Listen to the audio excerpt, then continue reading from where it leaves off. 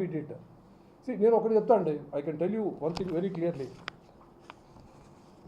Police శాఖ చేసే ప్రతి పని కూడా చట్టానికి, న్యాయస్థానాలకి అనుగుణంగానే వాళ్ళ ఆదేశాల ప్రకారం చేయడం జరుగుతుంది ఎప్పుడైనా కానీ. మా వర్కింగ్ ఎప్పుడు కూడా I can assure you once again that we're very transparent in our working style. పూర్తిగా పారదర్శకంగా ఉంటుంది. చట్టాన్ని గౌరవిస్తూ న్యాయస్థానాల ఆదేశాలకు అనుగుణంగా మాత్రమే మా వర్కింగ్ ఒక దర్యాప్తుగా ఏది కూడా మా పనితీరు మొత్తం కూడా అదేవిధంగా ఉంటుంది. మరొక్కసారి మీకు నేను అష్యూర్ చేస్తున్నాను, హామీ ఇస్తున్నాను. Sir, vigilance enforcement already enquiry దానికి సంబంధించి రిపోర్ట్స్ ఉంది. విజిలెన్స్ ఎన్ఫోర్స్మెంట్ నాకు దీంట్లో చేసింది టీటీడీ వాళ్ళు ఎంక్వైరీ చేసి మాకు ఇచ్చిన కంప్లైంట్ నాకు తెలుసు. విజిలెన్స్ దాంట్లో ఈ అడల్టరేషన్కి సంబంధించినటువంటి కంప్లైంట్ లేదు కాబట్టి విజిలెన్స్ సంథింగ్ ఎల్స్ ఇష్యూ అది వేరేది ఉంది, వాళ్ళు చేస్తున్నానికి మాకు అది రాలేదు కదా, మాకు ఇంకా రాలేదు అది. అది SIT case dairy take over చేసిన తర్వాత అందులో అడల్టరేషన్కి సంబంధించిన యాక్ట్ కూడా 51, 59 యాక్ట్. అసలు టీటీడీకి సంబంధించిన హెల్త్ డిపార్ట్మెంట్ కానీ వీళ్ళు ఎవరు కంప్లైంట్ చేయలేదు, ఫుడ్ ఇన్స్పెక్టర్స్ కానీ కంప్లైంట్ చేయలేదు. కేవలం జిఎం ప్రొక్యూర్మెంట్ ఇచ్చిన కంప్లైంట్లో ఎట్లా అడల్టరేషన్ ఐడెంటిఫై చేస్తారు అనేది కేవలం ల్యాబ్ బేస్డ్ చేశారు. అంటే I only go by the contents of the petition first. దాంట్లో ఏం కంటెంట్ దానిపై సెక్షన్ ఆఫ్ లా వస్తుంది. దర్యాప్తులో అది దానికన్నా ఎక్కువ సెక్షన్ రావచ్చు, లేదా వాళ్ళు పెట్టిన సెక్షన్ ఉండకపోవచ్చు. It all comes through investigation. నేను అందుకే చెప్తున్నా మీకు, ఇన్వెస్టిగేషన్ అనేది పారదర్శకంగా ఉంటుంది, చట్ట ప్రకారం మాత్రం ఉంటుంది. ఇదే కాదు, ఏ కేసు అయినా కూడా I can assure you on that. Would like to do it correctly. ఎవరిని తప్పట్టాలని, ఎవరిని ఇరికించాలని ఉద్దేశిస్తే ఎప్పుడు ఉండదు మా దర్యాప్తు. ఏ కేసు కూడా, ఇదే కాదు, ఏ కేసులో కూడా ఉండదు. That I would like to tell you once again. We'll go purely as per law, and we have all adherence and with all adherence to the orders of the various courts.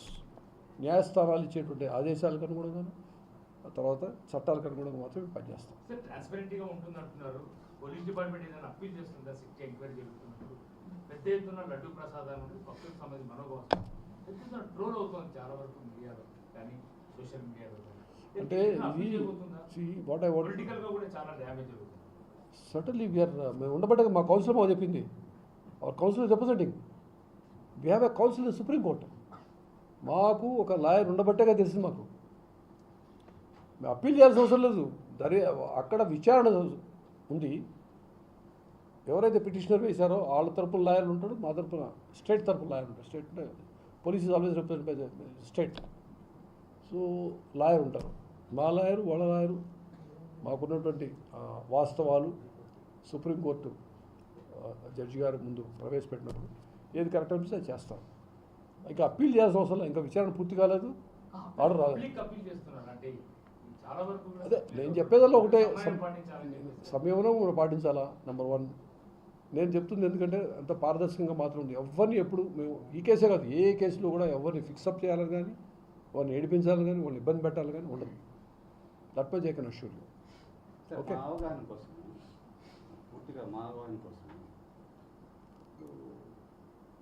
ఈ రాష్ట్ర ప్రజల సంబంధించిన మనోభావాలు దెబ్బతిన్నాయని, plus ఇంకొక రకరకాల సమస్యలు వచ్చాయి కాబట్టి ఈ రాష్ట్ర ప్రభుత్వం తన అడ్మినిస్ట్రేషన్ ఉపయోగించుకొని తన అధికారాల శిక్షణ అధికారాల నేపథ్యంలో ఆ మధ్యలోనే మేము సిట్ని ఉపయోగించి పెట్టారు. సో అక్కడి కోర్టుకి వాళ్ళ డైరెక్షన్స్ని ఆపేసుకొని ఈ రాష్ట్ర ప్రజల మనోభావాల కోసం ఏదో ఒకటి వస్తుంది ఇక్కడికి, నిజంగా తప్పు జరుగుంటే తప్పు చూపిస్తారు మీరు, లేకపోతే లేదంటారు. మీరు చేసిన తర్వాత మేము పబ్లిక్గా, మేము కానీ పబ్లిక్ కానీ అందరూ కూడా ఒక కంక్లూజన్కి వచ్చేసి అమ్మాయి అనుకుంటారు. అలాంటిది ఒక సుప్రీంకోర్టు ఏదో ఒక కేసులోనూ ఏదో ఇచ్చిందని చెప్పి మీరు సిట్ ఇప్పుడు ఆపడం ఎంతవరకు సమంజసమంటారు? ఇప్పుడు సుప్రీంకోర్టు చెప్పాక ఆపకుండా నేను నా ఇష్టం చేసుకున్నా అని ఏ పౌరుడు అనకూడదు. అలాగే సుప్రీంకోర్టు పెద్ద కోర్టు అపెక్స్ కోర్టు అని చెప్పి గౌరవిస్తున్నాం, అపెక్స్ కోర్టుని గౌరవిస్తున్నాం. సేమ్ టైము ఓల్డ్ అపెక్స్ కోర్టులో సుప్రీంకోర్టు యొక్క ప్రాధాన్యత రోజుకి డిక్లైన్ అంటే మీరు అడిగిన ప్రశ్న అడగడంలో తప్పేం కాదు. రెండవది డిక్లైన్ అవుతుంది సుప్రీంకోర్టు ఇండియా అపెక్స్ కోర్టు యొక్క తీర్పులన్నీ చూసుకుంటే వరల్డ్ గ్రాఫ్లో తగ్గుతోంది సుప్రీంకోర్టు. సో అది పక్కన అది అది అది అది అది మీ పూర్తిగా మీ వ్యక్తిగత అభిప్రాయంగా భావించి నేను మాత్రం దాని గురించి మాట్లాడుతున్నాను. కౌన్సిల్ ఆహ్వానం కానీ అభిప్రాయం కాదు కదా సార్, ఆహ్వానింది సీటు కేంద్ర అభిప్రాయాన్ని అడిగింది సార్ దర్యాప్తు సంస్థ. It is communicated to us. The council, మా కౌన్సిల్ మాకు, వాళ్ళ కౌన్సిల్ వాళ్ళకి కమ్యూనికేట్ చేస్తారు ఏదైనా విషయం ఉన్నప్పుడు. అంతేగాని దానికి నేను ఆర్డర్ వచ్చే వరకు నేను నా పని నేను చేసుకుంటానంటే అది కరెక్ట్ కాదు కదా. ఇప్పుడు ఇవాళ ఉన్నది అంతా everything is known to everybody. నేను నా చేతికి ఆర్డర్ వచ్చే వరకు నా పని నేను చేసుకుంటానే ఉండకూడదు. వచ్చింది అక్కడ చెప్పేశారు, it is convey to us. And I'm telling you, supreme court is something very serious. We should not take. Thanks and thank you. Thanks ఏం కాదు, విషయం అంటే we have to clarify why, because what exactly receive the communication number 1. తర్వాత ఎంతవరకు సంబంధించి మీరు చెప్పేసి కామ్గా ఉంటాం ఏ విధంగా అనేది కొంత క్లారిఫై చేస్తే బాగుంటుంది. నేను ఒక్క విషయం చెప్తానండి, మీరు ఇంకా రికార్డ్ చేస్తున్నారా? రికార్డ్ చేస్తే సార్ ఒక మ్యాజిస్ట్రేట్ కోర్టు దగ్గర నుంచి సుప్రీంకోర్టు వరకు అన్ని కోర్టులు నేను గౌరవించాలి. As simple as that. So once information comes to me, I have to go by what ever the court says. దాన్ని నేను చర్చించడం, ఇది కరెక్టా అది కరెక్టా కదా, కోర్టు ఇచ్చిన తీర్పు కానీ ఆర్డర్ కానీ సమంజసమా కాదా, ప్రజలు ఏమనుకుంటున్నారు, ప్రజాభిప్రాయానికి అనుకూలంగా ఉందా వ్యతిరేకంగా ఉందా, ఇలాంటి అట్లీస్ట్ నేను మాట్లాడకూడదు. Being a police officer I should not say. Court ఏది చెప్పినా ఏ స్థాయి కోర్టు అయినా, అందుకే చాలా క్లియర్ చెప్తున్నా, మ్యాజిస్ట్రేట్ కోర్టు దగ్గర నుంచి సర్వోన్నత న్యాయస్థానం సుప్రీంకోర్టు చెప్పే వరకు అన్నీ కూడా నాకు శిరోధార్యము. As simple as that. అది థ్యాంక్ యూ. మనం నిఘా మాట్లాడుతున్నాం, నిఘా మాట్లాడుతున్నాం. ఏముందండి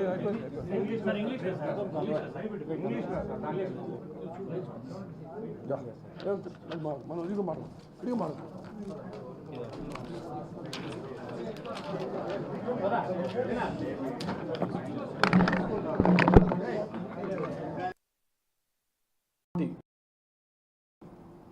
సాధారణ భక్తుడు ఏ విధమైన ఇబ్బంది లేకుండా వచ్చి దర్శనం చేసుకొని వెళ్ళడానికి అనుగుణంగా ఎక్కువ దానికి పెద్దపీట వేయడానికి నిర్ణయించడం జరిగింది.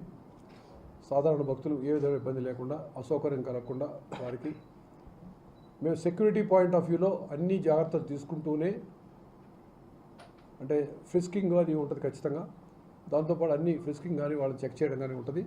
దాంతోపాటు వాళ్ళకి వీలైనంత తక్కువ సౌకర్యంతో మా సెక్యూరిటీ పాయింట్ ఆఫ్ వ్యూలో తక్కువ సౌకర్యం కలిగే విధంగా వారికి, ముఖ్యంగా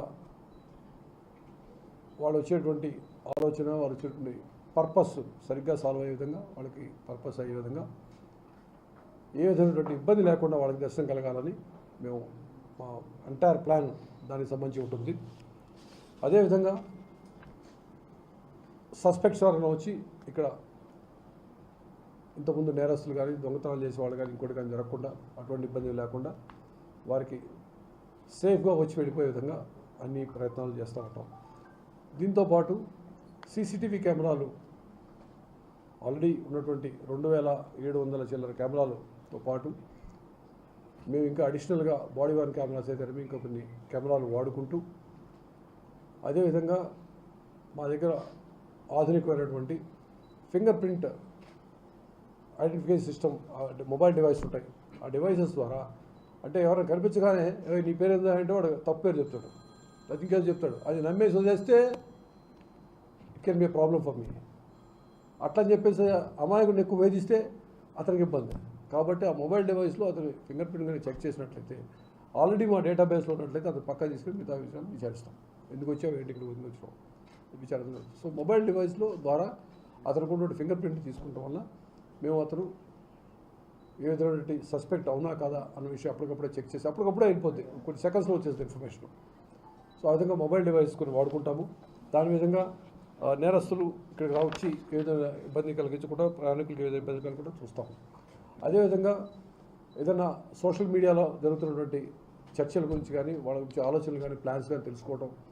తర్వాత సైబర్ క్రైమ్ విషయంలో ఏదైనా కొన్ని రకాలైన రూమర్స్ కానీ, పుకార్లు ఏదైనా వదంతులు రావడానికి అవకాశం అవి చూసుకోవటం, ఇవి అప్పటికప్పుడు చెక్ చేసుకుంటూ ఏ విధమైన ఇబ్బంది లేకుండా, ప్రజలకు ఇబ్బంది లేకుండా చూసుకోవడానికి ప్రయత్నిస్తూ ఉంటాం. అదేవిధంగా వాహనాలు, ట్రాఫిక్ రెగ్యులేషన్ అయితేనేమి, ఎన్ని వాహనాలు రావాలి, మాడా స్ట్రీట్స్లో ఎంతమంది కెపాసిటీ ఉంది దాని ప్రకారం మాత్రమే వాళ్ళు అలౌ చేయటం. అది పీపుల్స్ మేనేజ్మెంట్ అక్కడ ఎంతమంది రావాలో ఏమిటో చూడటం. తర్వాత ఈ మధ్య కొంతకాలంగా చేస్తున్నామని చెప్పారు, మా వాళ్ళు సిస్టమ్ చెప్పారు. అది మాడా సీట్స్ అన్నీ నిండిపోయాక ఇంకా ఎక్స్ట్రా ఎవరైనా ఉన్నట్లయితే వాళ్ళు కొంచెం బయట అదర్ నెక్స్ట్ లేయర్లో ఉంచి వాహన శ్రేణి వచ్చినప్పుడు వాహన శ్రేణి దాటుతూ ఉండగా 4 వైపులు కూడా అక్కడికి వచ్చినప్పుడు అక్కడ కాసేపు వాహనాన్ని ఆపి మెయిన్ వాహనాన్ని ఆపేసి అక్కడ దగ్గరలో ఉన్నటువంటి నెక్స్ట్ లేయర్ వాళ్ళు కూడా పిలిపించి వాళ్ళ వాహనం దర్శించుకొని వెళ్ళిపోయే విధంగా చేయడం ద్వారా ఒక్కొక్క చోట ఒక 20,000 మంది చొప్పున 80,000 మందిని ఈజీగా ఆ విధంగా మేము క్లియర్ చేయగలుగుతామని అనుకుంటా ఉన్నాం. ఇప్పుడు ఉన్నటువంటి మాడా షీట్లో ఉన్నటువంటి కెపాసిటీ కాక అడిషనల్గా ఈజీగా ఒక 80,000 మందిని ఈ విధంగా